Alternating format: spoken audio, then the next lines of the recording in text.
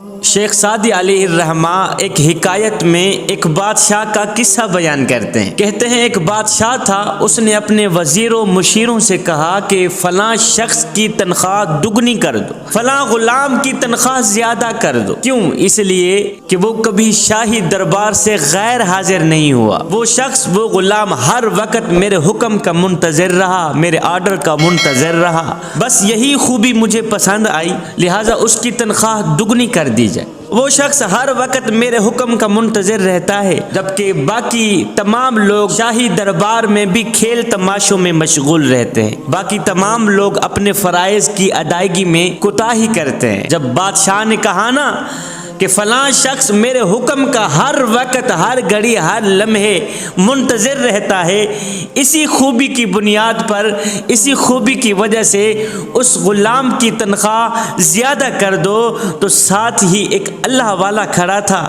اس نے جب بادشاہ کا یہ جملہ سنا تو ایک دم زور سے کہا اللہ اکبر، اللہ اکبر۔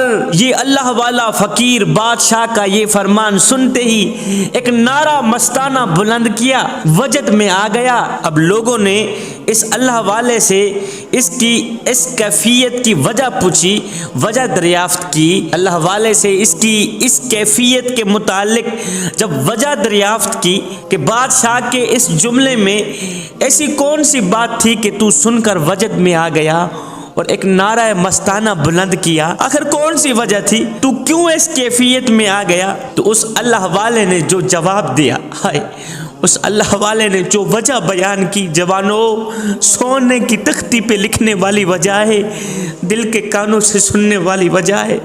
اس اللہ والے نے کہا بھائیو، بادشاہ کا یہ جملہ سن کر میں وجد میں اس لیے آ گیا کہ اللہ کی بارگاہ میں بندوں کا حال بھی یہی ہے، اللہ کی بارگاہ میں بھی ہر ایک کا مقام الگ الگ ہے۔ وزیروں، مشیروں، مجھے بتاؤ تو صحیح، اگر بندہ کچھ دن بادشاہ کی خدمت میں رہے، اپنے امور کی ادائیگی میں پابندی کا خیال رکھے، تو دنیا کا بادشاہ، دنیا میں رہنے والا بادشاہ اس بندے پر اتنا مہربان ہو جاتا ہے، اتنا مہربان ہو جاتا ہے کہ ان کی تنخواہ بڑھا دیتا ہے، اس کی تنخواہ دگنی کر دیتا ہے۔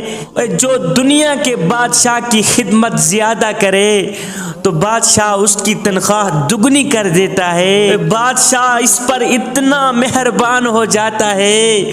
مجھے بتاؤ تو صحیح، سچے دل سے، خلوص نیت کے ساتھ دن رات عبادت کرنے والوں پر میرا اللہ کتنا مہربان ہوتا ہو، دن رات عبادت کرنے والوں پر، دن رات اس کے حکم کے منتظر رہنے والوں پر اللہ کتنا مہربان ہوتا ہوگا۔ جوانو، جس کا نصیب اچھا ہو وہ کبھی حکم عدولی نہیں کرتا، وہ اپنا سر ہر وقت، ہر گھڑی، ہر لمحے کریم رب کی ذات کے آگے جھکائے رکھتا ہے۔ حضرت شیخ سعدی علیہ الرحمہ اپنی اس حکایت میں بیان کرتے ہیں، جوانوں کو سمجھانے کے لیے، جوانوں کو کچھ دینے کے لیے، جوانوں کی جھولیوں میں کچھ ڈالنے کے لیے آپ فرماتے ہیں کہ جب ایک دنیا کے بادشاہ کی خدمت کی جائے تو دنیا کا بادشاہ اپنے اس خدمت گار پر انعام و کرام کی بارش کر دیتا ہے، تو پھر وہ مالک حقیقی جو عبادت کے لائق ہے، اگر اسے راضی کیا جائے، اگر اس کی عبادت کی جائے، تو پھر اس کی رحمت کی بارش سے کیوں کر محروم رہا جا سکتا ہے؟ جوانوں سنو،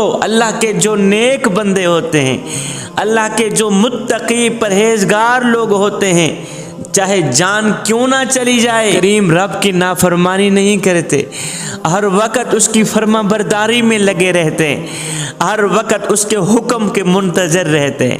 مجھے ایک اور واقعہ یاد آ گیا، وہ ایک دکاندار تھا، اس کی دکان پر ایک ملازم تھا، نوجوان لڑکا تھا، بہت ہی خوبصورت تھا، حسین و جمیل تھا، اللہ نے اسے بڑے ہی حسن سے نواز رکھا تھا۔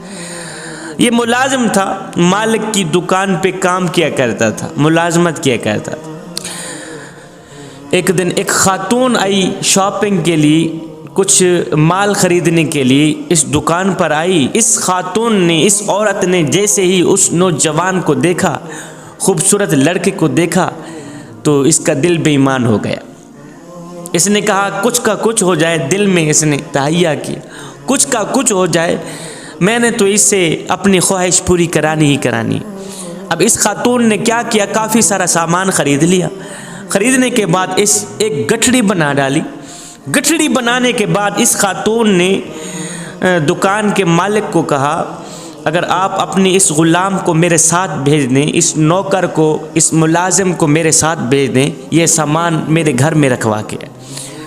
مالک کی دکان نے اپنے اس ملازم کو خاتون کے ساتھ بھیج دیا کہ سامان اپنے کندھے پہ اٹھاؤ، جا کے خاتون کے گھر چھوڑ کے آؤ یہ سامان۔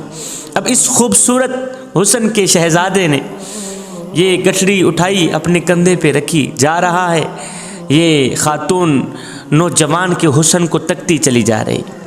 وہ نوجوان صرف نوجوان ہی نہیں تھا، اللہ کا نیک بندہ بھی تھا، اللہ کا محبوب بھی تھا۔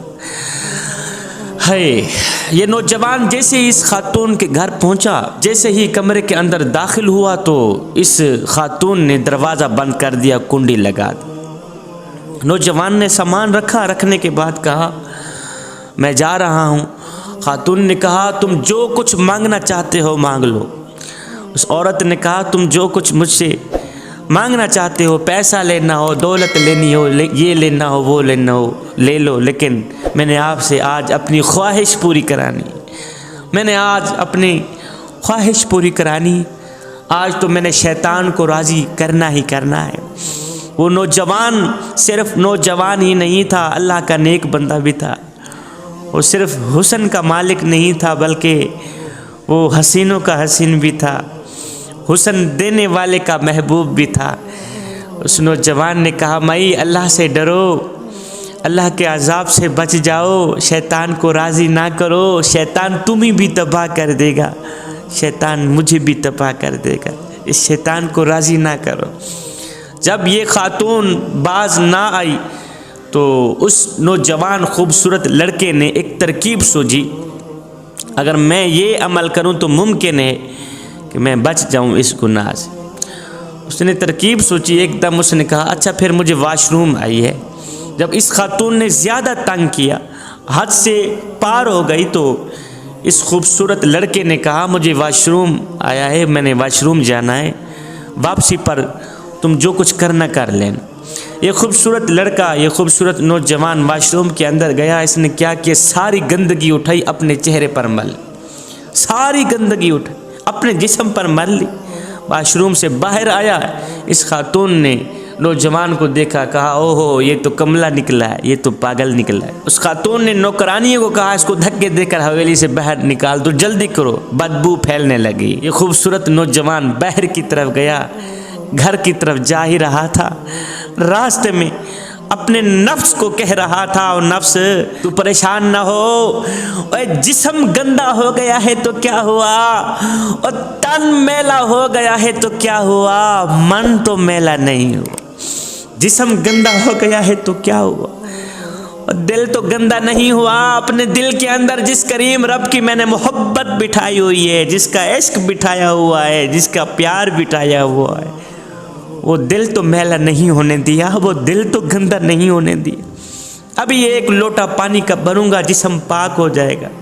اگر دل میلا ہو جاتا ہے، اگر دل ناپاک ہو جاتا، گناہوں سے بھر جاتا، تو قیامت تک میں اس دل کو پاک و صاف نہ رکھ پاتا۔